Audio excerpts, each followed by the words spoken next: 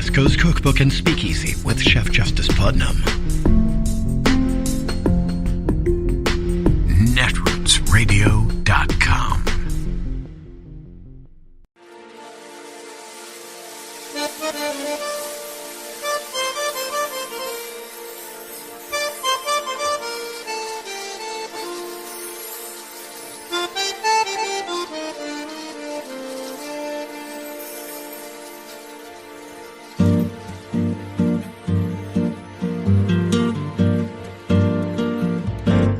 Je voudrais du soleil vert, des dentelles et des théières, des photos de bord de mer, dans mon jardin d'hiver. Je voudrais de la lumière, comme en Nouvelle-Angleterre. Je veux changer d'atmosphère, dans mon jardin d'hiver. Ma fleur sous la pluie de novembre, tes mains qui courent, je n'en peux plus de t'attendre. Les années passent, il est loin, là je tombe. Nul ne peut nous entendre. Je voudrais du Fred Astaire, revoir un latte. White House Press Secretary Jen Psaki, and she joins me now.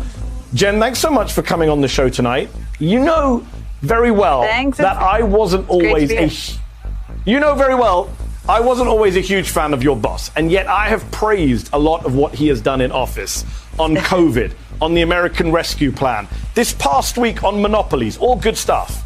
But I feel like on the big voting rights picture, he's willed the ends, but not the means. He's not done enough, given how existential the threat is. And it's not just me. Ezra Levin from the grassroots group Indivisible said in a series of recent tweets, quote, "Where the hell is the president on voting rights? He's been totally MIA and hasn't used his bully pulpit." Jen, make the case for why I'm wrong and why Ezra is wrong. Well, first, Mehdi, I thank you for doing everything you do in raising this issue and hold us accountable, hold everyone accountable who's not doing enough.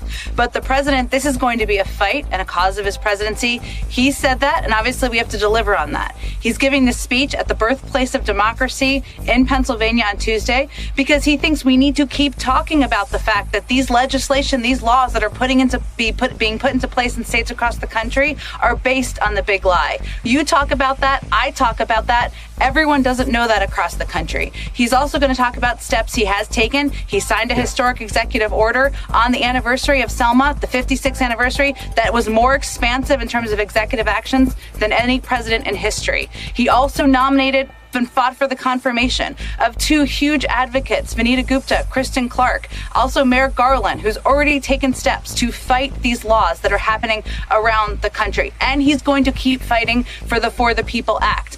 I know it's hard. It's not an easy path, but we do hard things. He is going to keep talking about this as president, keep elevating it, but he's also going to empower the American people because he believes in the American people and in our democracy and what we can do to fight against these laws.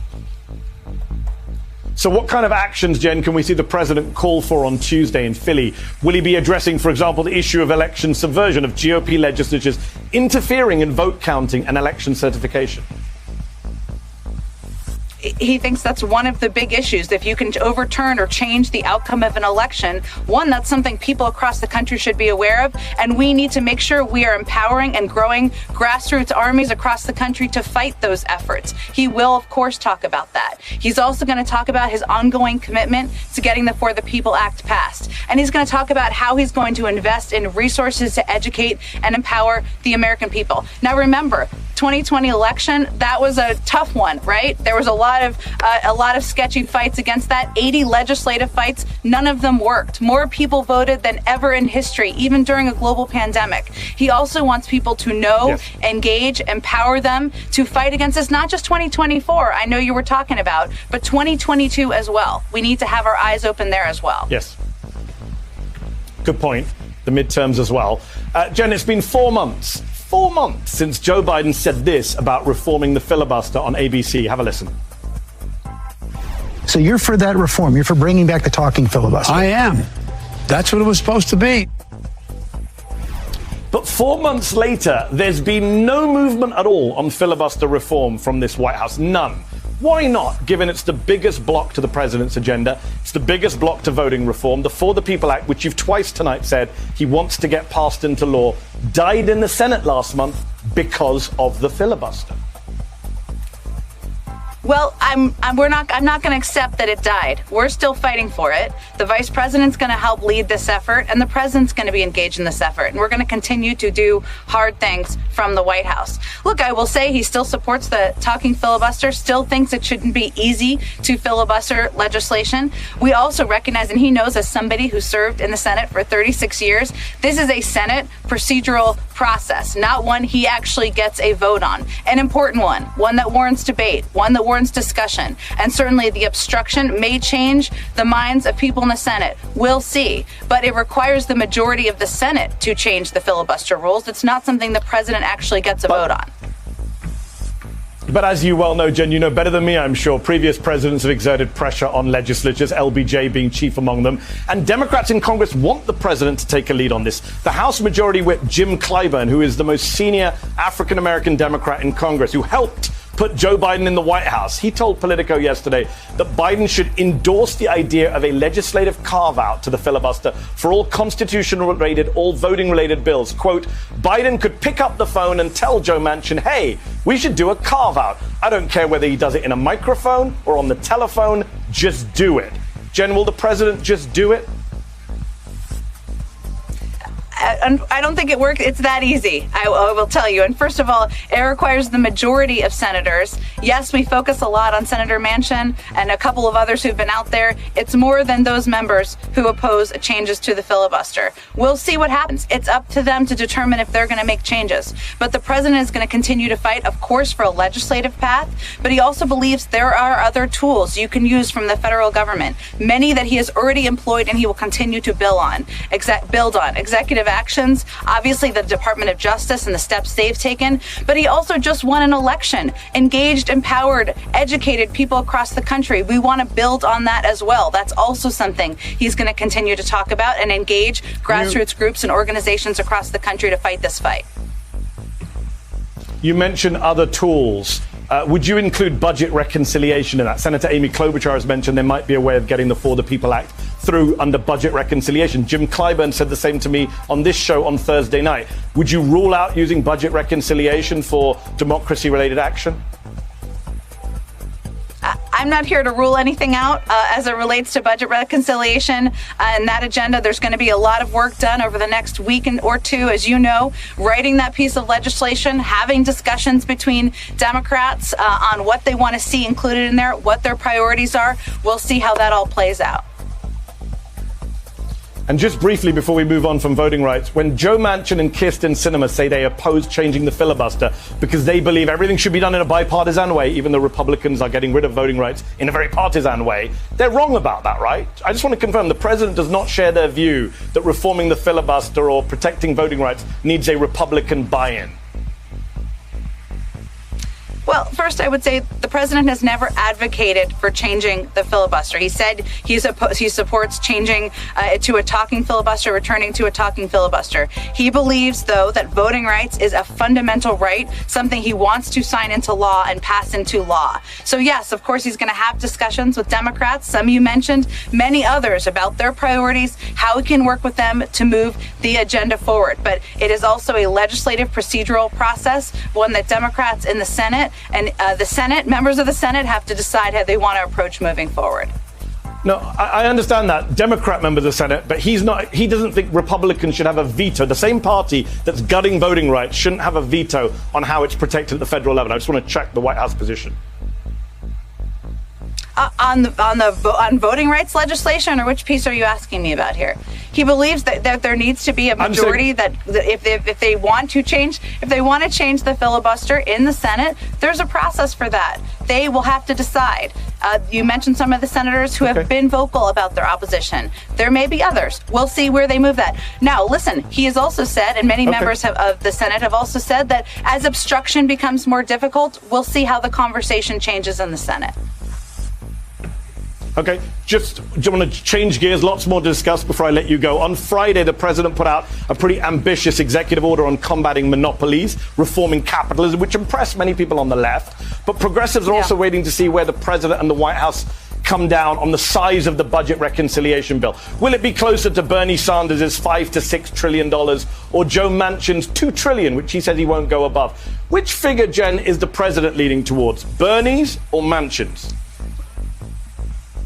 That's quite a choice you've laid out there. Look, I'm not here to provide a number, but I can tell you that what the president will fight for are pieces of his Build Back Better agenda, components that were not in the infrastructure bipartisan agreement. So climate tax credits that were not included in there, a climate corps that can help fight across the country the climate crisis, additional issues including housing that will help make housing more affordable to people across the country, and components of the American Families Plan, like universal pre-K, making access to community college free for people, paid leave, huge priorities that lots of Democrats and frankly Republicans even across the country support. So those will be the pieces he really fights for, but this is going to be a big week ahead. 2 weeks ago, everybody was saying his agenda was dead. Yeah. Now the leader of the Senate is saying he's going to vote on both pieces of legislation hopefully this July. So we're moving forward. It's going to be a big couple weeks ahead, and we'll see where the final package lands out. And it's a big couple of weeks on the foreign policy stage as well. Joe Biden is wrapping up the war in Afghanistan, which is a good thing. Today, we've seen breaking news out of Cuba. There are protesters on the streets, hundreds, maybe thousands, not sure, calling for freedom, complaining about a lack of food and medicines and the state of the economy. People are worried what the Cuban government response will be. What is the U.S. government's advice, if it has any, to the Cuban government on how to handle this? Well, first, I would say our beef has never been with the Cuban people. We've long supported humanitarian assistance and a means of ways of helping the people in Cuba. I don't know that the government is waiting for our advice from the United States, but certainly we would say that protecting for, standing up for your people, making sure they have health assistance, medical assistance, food, water, that's something that any government should be providing to their people. It's a humanitarian and a fundamental right. Yes. And I think people will be happy to hear the U.S. government talking about human rights and freedom in Cuba, happy to see the U.S. government pulling out of an endless war in Afghanistan. But also this week, you just had a Saudi prince, Khalid bin Salman, welcomed to D.C. by the State Department, who the CIA says was the guy who told Jamal Khashoggi to go to the Saudi consulate in Istanbul, where he was murdered. What do you say to people who say that's just the same Trump foreign policy on Saudi Arabia? I would say it's hardly the same Trump foreign policy in Saudi Arabia. We want to bring an end to the war in Yemen. We want to bring peace and stability to the Middle East. And we never hold back and voice our views on human rights issues, on injustices, on media freedoms around the world. And we certainly don't hold back as it relates to leaders in Saudi Arabia or any country. And that is certainly quite a difference from what we saw over the last 4 years. It is Monday, the 12th of July of 2021, and you are in West Coast Cookbook and Speakeasy. I am your chef de cuisine, Justice Putnam. Gunner the English Bulldog is our snoozing sous chef, and our daily special is River City Hash Mondays. We take the weekend and everything that's left over, we put together a lovely gourmet dish, not just for the staff, but something that would stand up on the table right here in the Bistro Cafe part of West Coast Cookbook and Speakeasy, because we still have the chef's table, and that's for later. We do things a little different here, you know?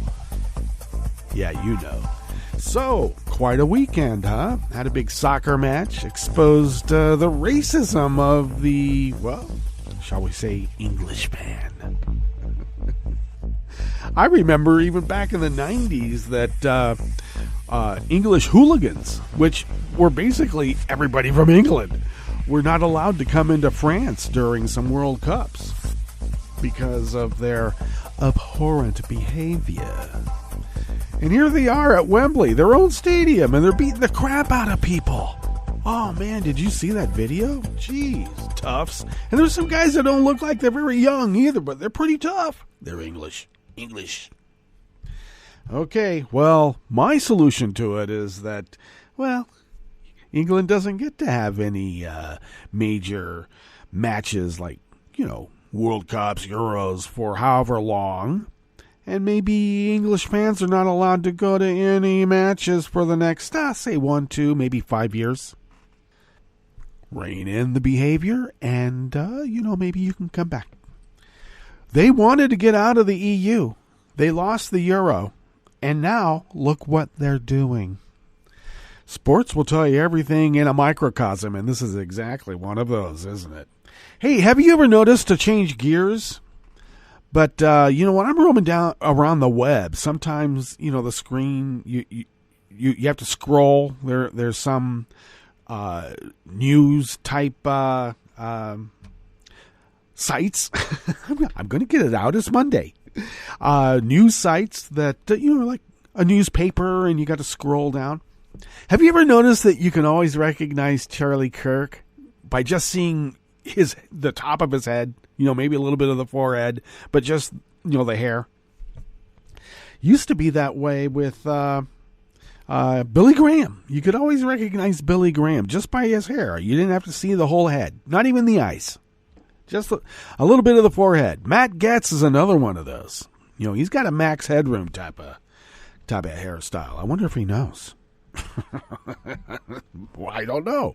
Maybe it's sublimated somehow. We can only guess. So, we're bouncing around, but that's how it is on Mondays. Get our bearings. Have some sustenance left over from the weekend, and then we move on. Except, talking about soccer, to get back to that, the Gold Cup's going on right now. And now we have some more soccer. The Tour de France is continuing and will be, that'll be towards, I wouldn't say the end of July, but I think they have a rest day today. I like to watch the tour because it's like a travel log, which is really what it is. They're traveling all over the region. They're in the Pyrenees now, or they were yesterday. And they then, I guess, do they descend from where they're at and then fly more towards the interior? I think they go on the other side of France somewhere, and then they wend their way back into Paris. Right over there. So, you get to see the French and the Pyrenees, the Spanish frontier is what they like to call it in France. It's the frontier. And back into France again. It's quite lovely. Looks a lot like California. Mediterranean climate and all, Right there. California is a Mediterranean climate. I go, no, they don't. Not anywhere near the Mediterranean. But Mediterranean-like. So, speaking of which, we're still in a heat wave here, and we'll get a little bit into that during the weather, but it's a cooling trend for us in some ways, but the trade-off is that the sun is being blocked a bit by some particulate matter from wildfires, and that has brought the temperature down a little bit, only because it's blocking the sun, but then you can't breathe. Okay. First they burn us up, and then they take all of our oxygen away. What are they going to do next? Well, what they're already doing. They're bottling it. They're bottling water and selling it to us. What? Yep, that's how it works. Next thing you know, you don't get any water. Really? Please let me have some water. Yeah, we're going to have some really big problems if we don't get to work. And it almost seems, now just bear with my conspiratorial concern here, but it does seem to be a long effort to, F everything up. Because as long as there's chaos, then there's some people making money and holding on to power. And it seems like they've been perpetuating this for crass self-interest. Jeez. I wish they would stop. Yeah, I had a guy get on my case yesterday about, the COVID vaccine. There's a lot of vaccine deniers out there. And what's curious is it's a lot of, accounts that have been around for a bit of time. Years. But they have low followers. like less than 100 or so. I mean, that's what, to me, low followers. And I haven't researched, meaning that I haven't looked into their tweets and how frequent they tweet, but it has a bot feel to me. It really does. They came like out of the woodwork. Algorithm activates life. Don't even need water for that. Nope. Just some ones and zeros. And they came to life in vast quantities, like raging viruses do. Saying that no one's telling me to take a vaccine. It's an infringement on my freedom. Really? And then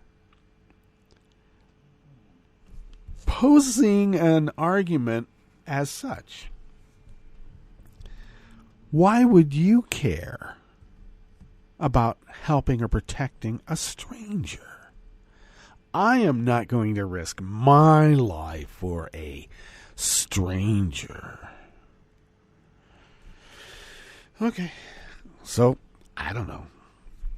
If they're activated bots brought to life, who do you blame? Mom and dad? I don't know. I'm just a little confused about it. Empathy? I guess artificial intelligence does not have empathy. And we better be careful. Because when Skynet takes over, you know what happens. We've seen that movie before. Jeez. All right. Well, enough of that. We had a lot of Jen Psaki, and I just couldn't break away from her because she's so good, and she's not going to be with us for very long because she is, going to go do something else. Because being press secretary to this unruly mob of brats, boy, they need to have their diapers changed a lot, don't they? Okay, well, no wonder. I think she wants to get back to, real children that she can, be a mom to. Because she is their mom. And she's not a mom to that mob of unruly brats in the White House press corps.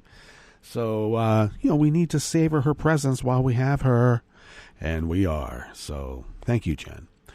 And I guess we should just tell you what's on the rest of the menu because we do have a curated show for you, and we had a lot of Jen. I couldn't break away. Okay? She had something to say anyway, and this is important. The fight goes on, and there's a lot of BS that has to be taken care of because the previous guy who went to CPAC, how many CPACs are they going to have in a year? Are they going to be every quarter now? Jeez, these guys sure need to make money and, spread a bunch of propaganda BS at the same time. Oh, God. Anyway, we do have a curated show for you today. And what else is up on the menu? Well, Democratic congressional representatives are crafting a voting rights bill with an eye on a fight with the Supreme Court. Bonus pay for essential workers has varied widely across the states during the pandemic. Ooh. And the South Dakota Attorney General is now claiming the guy he hit and killed while the AG was reading Trump rally grievances on his phone was really trying to commit suicide. Okay, that's the Republican thinking. After the break, we move to the chef's table, where several thousand people protested in front of the Georgian parliament over the death of a journalist who was attacked and beaten by anti-LGBT protesters. And Israel's Supreme Court ruled in favor of same-sex couple surrogacy rights. All that and more on West Coast Cookbook and Speakeasy. Bon appetit.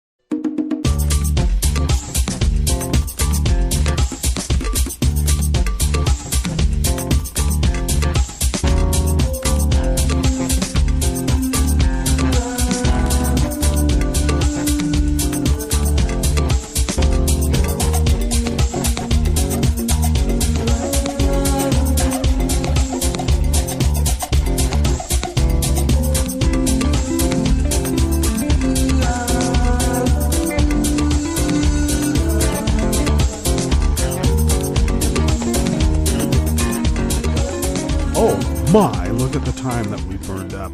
Well, we're just going to have to make this short, abbreviated, concise, and to the point. If you look at the bottom of our homepage at netrootsradio.com, to the right of the page is the chat room, and the chat room is monitored by Kelly Lincoln. Thank you, Kelly. To the left is our Patreon link, and take a look. If you're able to afford an espresso-type coffee drink and send those funds our way once a month, that helps us pay our bills. That helps us fly under the radar and allows us to continue this resistance against this, well, fascist Nazi takeover. And we've been doing it for over 10 years now. We are celebrating our 10th year anniversary this year, a whole decade of resistance radio. And we have you to thank for, well, being so generous. Thank you. If you would like to follow Netroots Radio on Twitter, do so at Netroots Radio. Thank you, Tom. He takes care of that and so much more. Follow me on Twitter at Justice Putnam. I post the show notes and links diary on Daily Codes at about 10 minutes before showtime. Get that posted up on Twitter, hopefully really quick. And do check out the show notes and links wherever you might find them on whatever social media platform, and you know those other ones. And the show notes and links are a very integral part of this multimedia operation here. Yes, indeed. Follow the show on Twitter at Cookbook West and pick up podcasts, please, by way of Spreaker, Stitcher, TuneIn, iHeart, YouTube, iTunes, and wherever podcasts can be found. Okay, it's Monday. Indeed. This first offering here in the Bistro Cafe of West Coast Cookbook and Speakeasy is by Brian Sladisko, out of the Associated Press. As congressional Democrats gear up for another bruising legislative push to expand voting rights, much of their attention has quietly focused on a small yet crucial voting bloc with the power to scuttle their plans. The 9 Supreme Court justices. Actually, I think it's only 5, but you know, who's counting? Democrats okay, Brian, you're the one writing this, face dim prospects for passing voting legislation through a narrowly divided Congress, where an issue that once drew compromise has become an increasingly partisan flashpoint. But as they look to reinstate key parts of the Voting Rights Act of 1965, a landmark civil rights era law diminished over the past decade by Supreme Court rulings, you mean Roberts' whole reason d'etre, the whole reason for him being a lawyer was to get rid of these damn civil rights laws that allowed those people to vote. Look it up. He was a boy wonder. And they have accepted the reality, meaning we Democrats, that any bill they pass probably will wind up in litigation and ultimately back before the High Court. The task of building a more durable Voting Rights Act got harder when the High Court's conservative majority on July 1st issued its second major ruling in 8 years, narrowing the law's once robust power. Sparring in Congress for months has focused on a different Democratic bill. Finally, we get the Democratic. Overhauling elections, known as the For the People Act, which Republican senators blocked from a debate on the chamber's floor last month. Separately, however, Democrats have held a marathon series of low-key field hearings to prepare for votes on a second measure, the John Lewis Voting Rights Advancement Act, which could come to the House floor for a vote in September. The bill would allow courts and the DOJ to once again police changes to voting rules in places with a history of electoral discrimination against minorities, a practice the Supreme Court put on hold in 2013 because it's critical race theory. Democrats hope the hearings they have conducted with little fanfare will help build a legislative record that could withstand a court challenge. Senate Majority... Yeah, little fanfare. I wonder why. Who controls the media, huh? Senate Majority Leader Chuck Schumer said on Friday that the process will document what he called the disgraceful tactics the Republican-led state legislatures are using across the country to keep people from voting. And that's criticism that Republicans reject. Why? Because they're Nazis. They're going to reject that, arguing that the courts and Democratic administrations have selectively enforced the law in the past. Oh, really?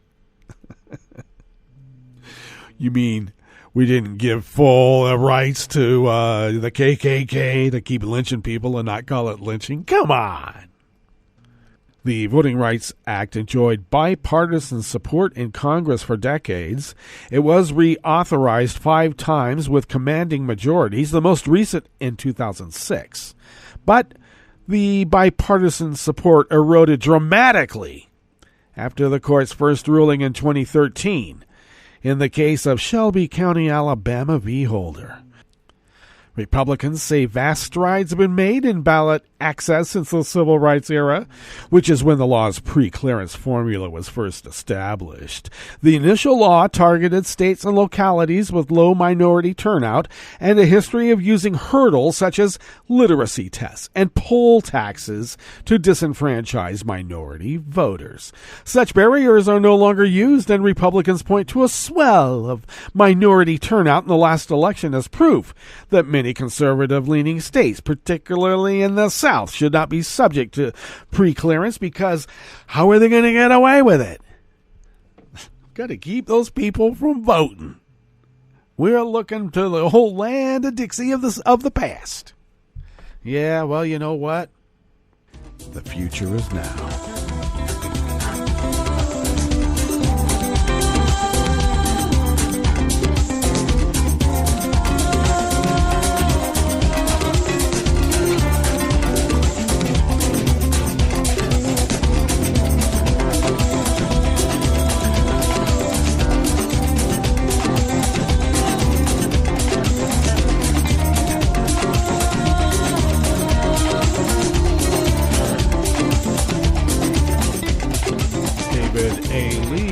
Of the AP brings us this next offering here in the Bistro Cafe of West Coast Cookbook and Speakeasy, River City Hash Mondays. For putting their health on the line during the coronavirus pandemic, prison guards in Missouri got an extra $250 per paycheck. Teachers in Georgia received $1,000 bonuses, and in Vermont, nurses, janitors, retail workers, and many others got as much as $2,000. Over the past year, about 1/3 of U.S. states have used federal COVID-19 relief aid to reward workers considered essential who dutifully reported to jobs during the pandemic. But who qualified for those bonuses and how much they received varied widely according to an AP review. While some were paid thousands of dollars, others with similar jobs elsewhere received nothing. As society reopens, momentum to provide pandemic hazard pay appears to be fading, even though the federal government has broadened the ability of state and local governments to provide retroactive pay under a $350 billion aid package enacted by President Joe Biden in March. So far, only a few states have committed to paying workers extra with money from the American Rescue Plan. Although states have until the end of 2024 to decide how to spend the latest federal aid, some advocates worry the realistic window for providing worker bonuses may be closing as more parts of society reopen. Unfortunately, the longer you delay doing it, the less it's going to be on the top of minds of voters and those policymakers, said Molly Kinder, a fellow at the nonprofit Brookings Institution, who tracks pandemic hazard pay policies. Premium pay is one of just several options provided to states under Biden's aid package. States can also use the money to backfill budget holes, help businesses and households affected by the economic downturn, fund certain infrastructure projects, and pay for public health programs such as COVID-19 testing and vaccinations. But you know who doesn't want to take any federal money? Just go ask Burbage.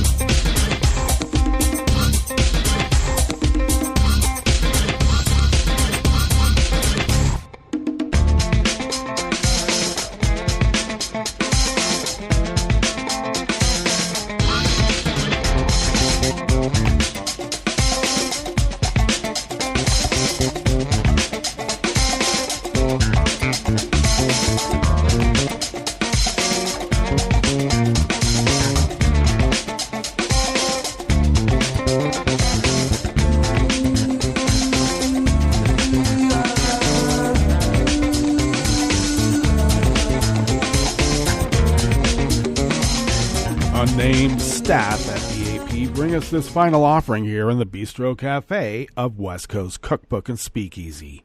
South Dakota's Attorney General is attempting to access any psychiatric or psychological records of the man he struck and killed along a highway, alleging in court documents that the death may have been a suicide. This guy is so onerous. Attorney General Jason Ravensborg faces 3 misdemeanor charges related to his driving when he struck and killed Joe Berver the night of September 12th. Investigators say Ravensborg was distracted. He was reading Trump's conspiracy theories by Trump on his phone while he's driving in the dark at speed. Let's be clear about what this report by the cops say.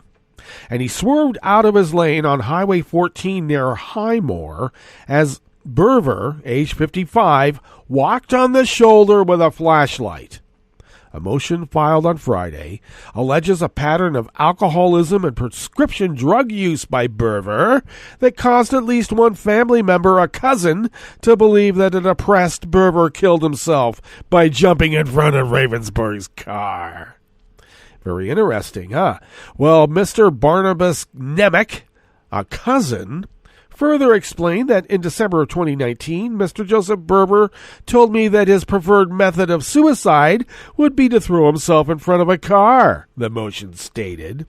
Ravensborg's attorney, Tim Wrench, disputes law enforcement's findings that Berver was struck on the shoulder of the highway and instead believes he was hit on the roadway, according to the court filing.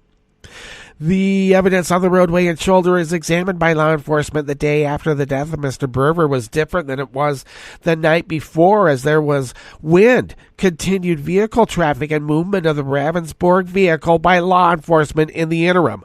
The guy drove away. This guy drove away. And I should also mention, he may have been inebriated since he was coming from a function. Came back the next day. Yeah, the car was moved. The guy hit and run.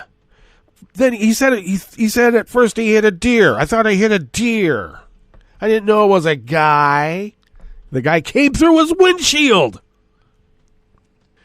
The Attorney General is charged with careless driving, operating a vehicle while on an electronic device, and driving outside his lane. He was wearing an electronic device because of past drunk driving. And he's only charged with 3 misdemeanors. Okay? This is the Attorney General. The Attorney General of South Dakota. Nemec's brother, Nick Nemec, said he doesn't trust his siblings' analysis of the situation because he's prone to jump to conclusions. The Attorney General can throw anything he wants at the wall to try to prove his innocence, Nick Nemec said.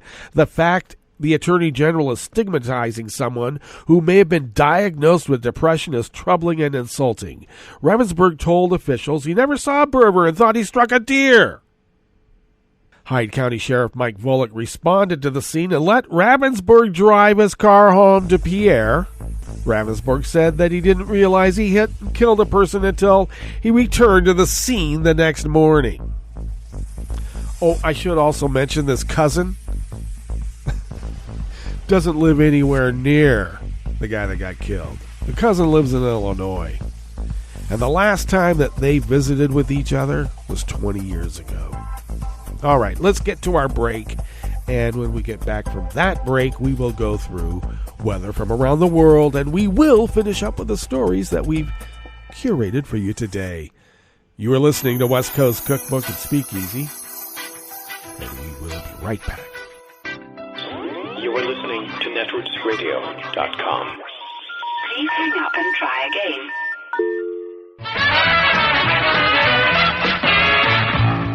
From a point at sea to the circles of your mind, a new force is at work for planetary transformation. New radio for a new Earth.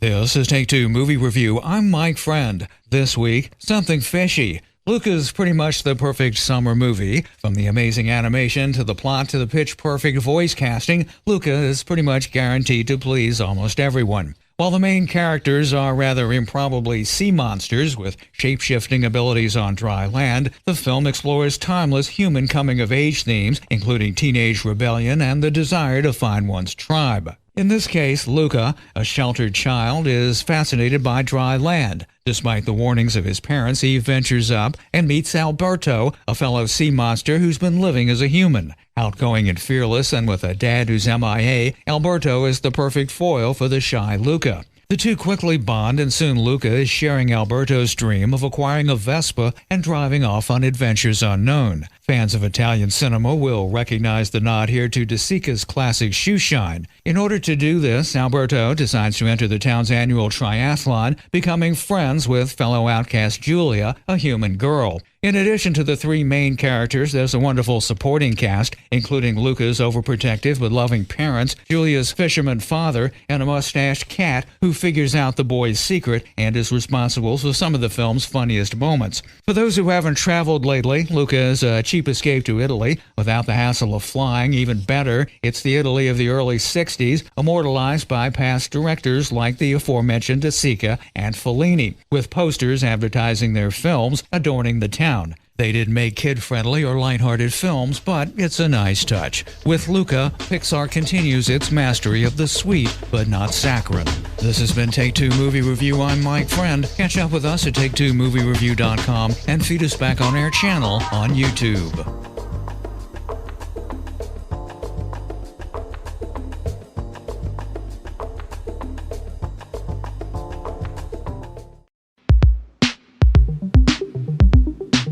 This is Scientific American's 60-Second Science. I'm Karen Hopkin. They say that practice makes perfect.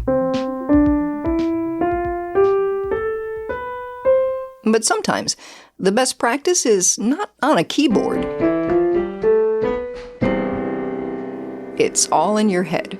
Because a new study shows that the brain takes advantage of the rest periods during practice to review new skills, a mechanism that facilitates learning. The work appears in the journal Cell Reports. A lot of the skills we learn in life are sequences of individual actions. Leonardo Cohen, of the National Institute of Neurological Disorders and Stroke, or NINDS. For example, playing a piece of piano music requires pressing individual keys in the correct sequence with very precise timing. That level of virtuosity requires a ton of practice and a lot of repetition. But Cohen says it also requires a certain amount of rest. We know from previous research that interspersing rest with practice during training is advantageous for learning a new skill. In fact, we recently showed that virtually all early skill learning is evidenced during rest rather than during the actual practice. It's during those intermittent breaks that the brain starts to sew together the individual movements that make up a seamless piece. And the question then becomes, how? To find out, Cohen and his colleagues turned to an imaging technique called magnetoencephalography, or MEG. The unique advantage of MEG is that it allows us to observe neural activity across the entire brain with millisecond time resolution, which is crucial for investigating very fast, widespread brain dynamics. Ethan Bush, Cohen's colleague at NINDS. They and their team had 30 volunteers sit inside an MEG scanner, and they asked them to type the sequence 41324 on a keyboard as quickly and accurately as possible. The participants would type for 10 seconds, rest for 10 seconds, and then repeat, while the researchers monitored their neural activity. And what we found was really quite interesting. So we actually found that the brain kept replaying much faster versions of the practice activity patterns over and over again during rest. So a sequence that might take 1 second for fingers to type would take just 50 milliseconds for the brain to replay. So that's an impressive 20-fold compression. The regions most active were those involved in controlling movement and representing sequences. And the more often the brain repeated the sequence, the faster the subject improved. When the participants were beginning to learn the skill, they were initially typing about 5 to 6 repetitions of the sequence during each 10 seconds of practice. But during rest, the brain replayed about 25 repetitions of the sequence, and that's a 5-fold increase over the same amount of time. That lightning-quick neural rehearsal supercharges learning and memory. It's as if the brain actively exploits these rest periods to amplify the effects of practice and rapidly consolidate the skill memory. And this actually appears to be the skill binding mechanism that we were looking for. So, next time you sit down to practice, give yourself a break. Or a lot of little breaks. Your brain and your audience will thank you. For Scientific American's 60-Second Science, I'm Karen Hopkin.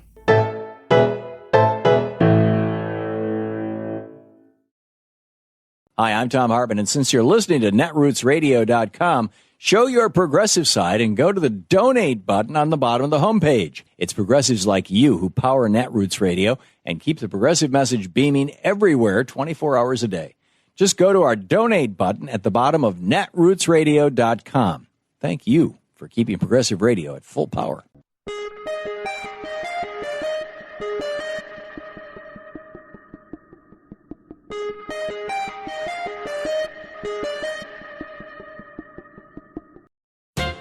Exciting news from Wall Street.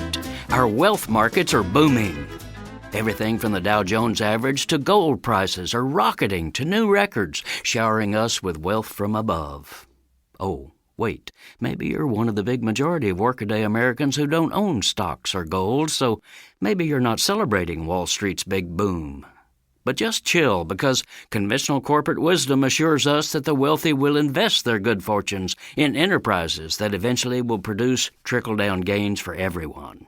Excuse my rudeness, but let's take a peek at how those who are reaping today's big buck bonanza are actually investing that wealth. Look at Wall Streeters themselves.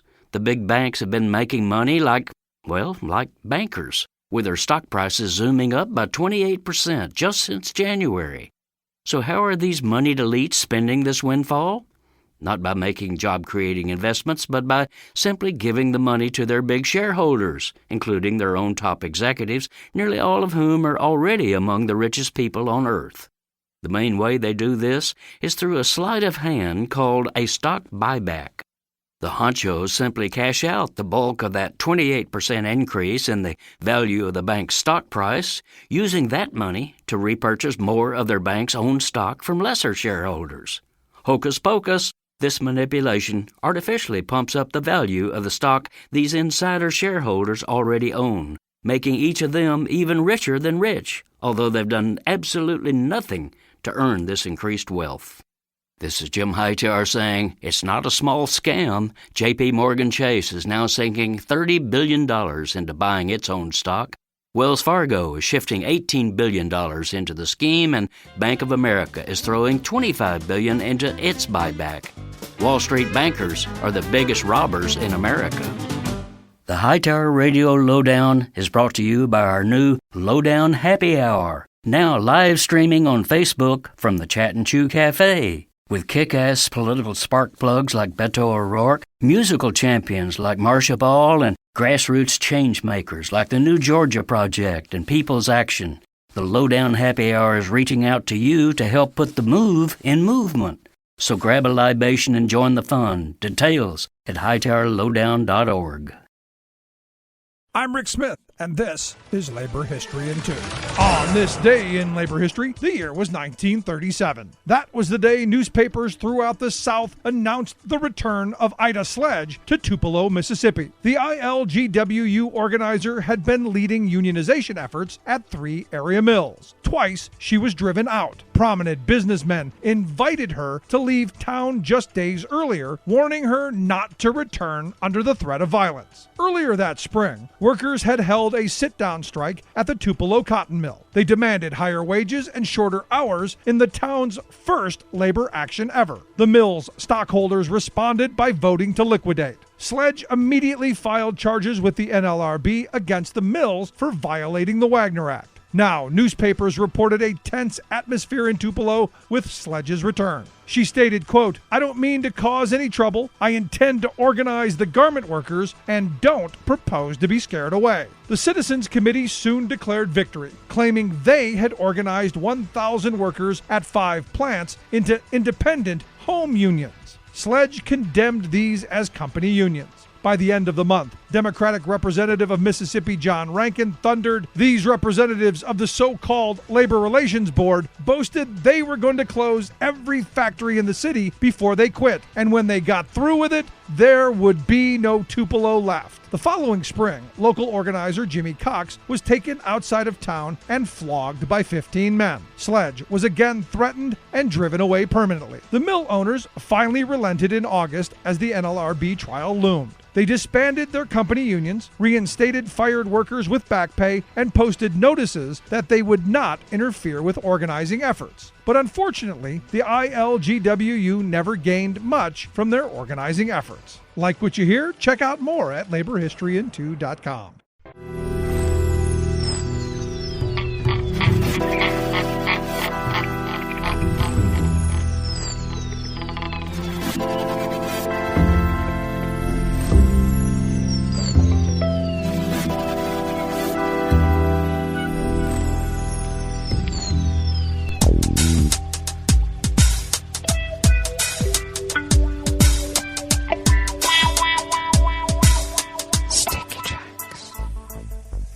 Thank you for accompanying us here to the chef's table at West Coast Cookbook and Speakeasy River City Hash Mondays. We always begin weather from around the world along the banks of the Rogue River and the Rogue River Valley of Southern Oregon on the west coast of the continental United States of America, where it is currently 60 degrees Fahrenheit, expecting to be somewhat cooler than yesterday since we got to 104, looking to maybe get to, well, around 96 today, but I think it'll be closer to 100 because that's how it is at the mothership here in Rogue River proper. Sunny throughout the day, winds out of the northwest at 5 to 10 miles per hour, clear skies overnight with lows around 60, winds remaining out of the northwest, but increasing to 10 to 15 miles per hour. With mainly sunny skies tomorrow, highs around 97, winds continuing out of the northwest at a brisk, I wouldn't say brisk, but a stiff 10 to 15 miles per hour. Confirmed cases of coronavirus have not been updated since late Friday, but they do now stand at 11,724, with no increase in deaths confirmed in Jackson County in the southern part of Oregon. We'll get updated totals sometime tomorrow, maybe after the show. Grass pollen is rated high here at the mothership. The air quality index is only moderate at 59 parts per million, and the daytime UV index remains very high at 9. Barometric pressure is holding steady at 30 inches. Visibility is at 9 miles, and relative humidity is at 72%. Weather from around the world is brought to you by a crowd of crowdsourced weather stations that a crowd crowdsources from around the world. London is 71 and cloudy. Paris is 72 and mostly cloudy. The grass pollen's getting to me. Rome is 88 and sunny. Kyiv is 80 degrees and fair. Kabul is 88 and fair. Hong Kong is 82 and partly cloudy. Tokyo is 77 and cloudy. Sydney, Australia is 53 and partly cloudy. San Francisco, California is 52 and cloudy. And New York is 80 degrees Fahrenheit, cloudy, and I think you still have a weather predicament in your area. And that is weather from around the world, brought to you by a crowd of crowdsourced weather stations that a crowd crowdsources from around the world.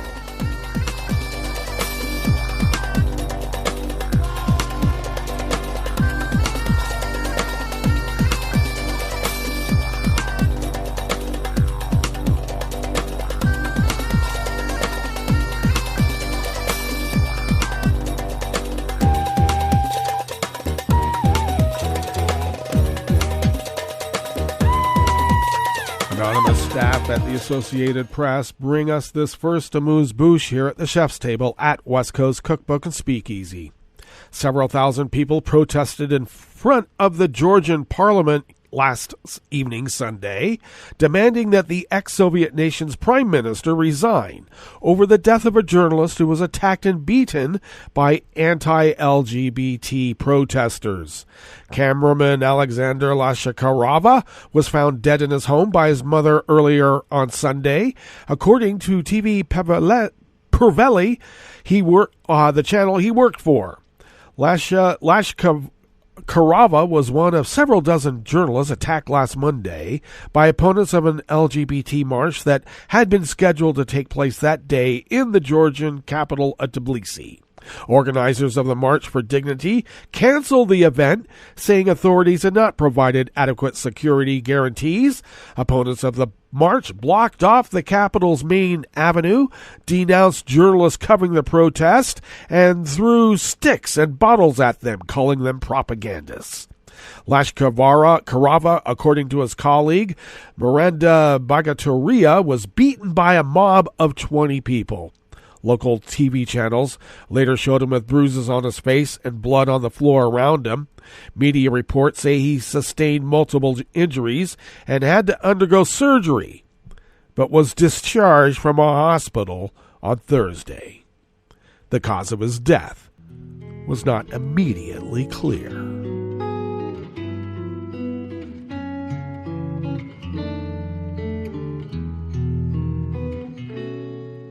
Je te donne c'est mon amour pour la vie entière. La promesse de me trouver à tes genoux. Aussitôt que tu m'appelles, rester toujours fidèle. C'est tout, c'est tout. Je te donne tous mes printemps, mes étés de mer. Mes automnes, quand les feuilles tombent partout. Si ce n'est pas une bonne affaire, je te donne tous mes hivers. Staff at Reuters bring us this final amuse-bouche here at the chef's table at West Coast Cookbook and Speakeasy. Israel's Supreme Court ruled that current legal restrictions barring same-sex couples from becoming parents through surrogacy were unlawful and must be lifted within 6 months. The country's LGBTQ plus community praised the decision as a breakthrough. It had demanded for years to be allowed to pursue surrogacy, which is already accessible to heterosexual couples and single women in Israel. The issue has highlighted a liberal-conservative divide, often along religious lines in Israel, where same-sex marriages are not conducted by state-sanctioned authorities, but are formally recognized if they are performed abroad. The Supreme Court, petitioned by gay rights activists, ruled more than a year ago that a surrogacy ban for same-sex couples and single men violated their rights and called for the rules to be changed. But having been informed by the government, which took office last month and includes a mix of liberal, conservative, and Arab Islamist parties, that making legislative changes right now would be unfeasible, the court determined the exclusions would become invalid within 6 months. Finally, Equality Health Minister Hitzen Horowitz wrote on Twitter, the health ministry, he said, would begin the necessary preparations to uphold the court's decision. Well, that brings us to the end of our broadcast period for the day, but you do know Netroots Radio broadcasts on, and we'll meet up tomorrow for Terrytown Chowder Tuesdays. So do stay tuned to Netroots Radio all day and all night for all the breaking news as it breaks, and we'll meet up here tomorrow, right here in West Coast Cookbook and Speakeasy. Bon appetit.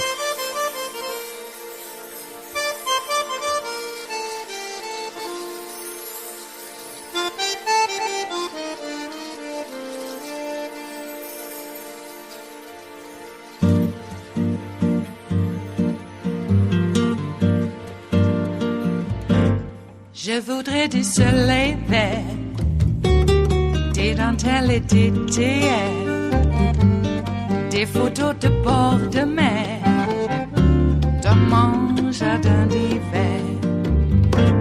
Je voudrais de la lumière, comme en Nouvelle-Angleterre. Je veux changer d'atmosphère dans mon jardin d'hiver.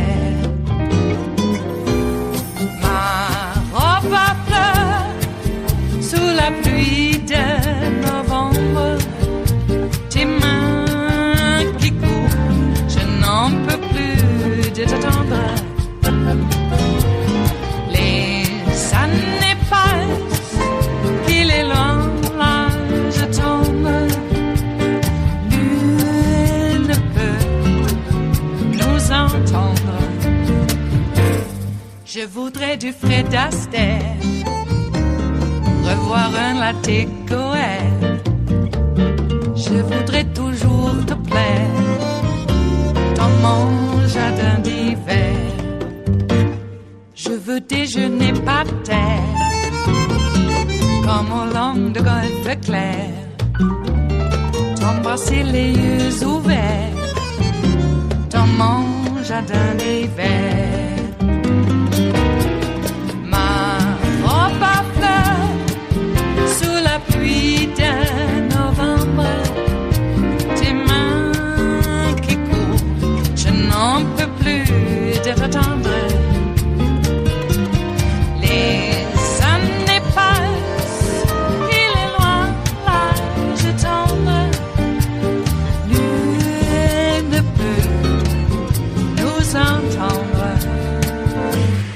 Ba-da-da-dum-di-da-dum, ba-da-da-dum-di-da-dum, ba-da-da-dum-di-da-dum, dans mon jardin d'hiver.